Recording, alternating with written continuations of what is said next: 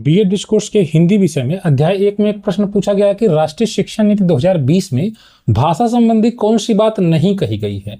तो पहला है कि कम से कम ग्रेड 5 और ग्रेड 8 तक जहां भी संभव हो शिक्षा का माध्यम मातृभाषा में हो। यह बहुत महत्वपूर्ण है, यह आप याद रखिएगा।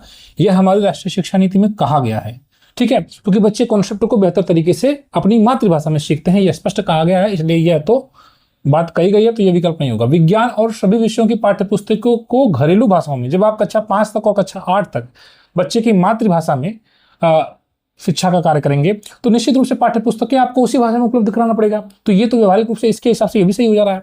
बहुभाषिकता से बच्चे का संज्ञानात्मक ज्ञान अधिक बढ़ता है। जाहिर सी बात है, बच्चा अगर कई भाषाओं को जानता है तो सोचने समझने की जो क्षमता है बच्चे की, अब वो डॉग अगर कुत्ते को देखेगा तो उसके दिमाग में आएगा कि इसको डॉग बोलते हैं। अब अगर उसको संस्कृत की जानकारी तो वो संस्कृत में सोचेगा इसको क्या कहते हैं, हिंदी में क्या कहते हैं, ठीक। तो कहीं ना कहीं बच्चा ज्यादा समझेगा, ज्यादा सोचेगा। तो निश्चित रूप से बच्चे कई भाषाओं को जानेंगे तो कई प्रकार से उसको सोचते हैं। लेकिन बच्चों को केवल एक भाषा में प्रवीण किया जाए, यह हमारी शिक्षा नीति में नहीं कहा गया है, जो कि विकल्प यहाँ पर यही कहा गया। कौन सी बात नहीं कही गई है, तो विकल्प घ यहाँ पर सही हो जाएगा, क्योंकि हमारी शिक्षा नीति में यह नहीं कहा गया है कि केवल एक भाषा में प्रवीण किया जाए, बल्कि उसमें यह कहा गया कि 3 भाषा बच्चे कम से कम जाने। एक तो अपने राज्य की भाषा जाने, जैसे महाराष्ट्र का है तो मराठी, गुजरात का है तो गुजराती, उत्तर प्रदेश का है तो मुख्य रूप से हिंदी।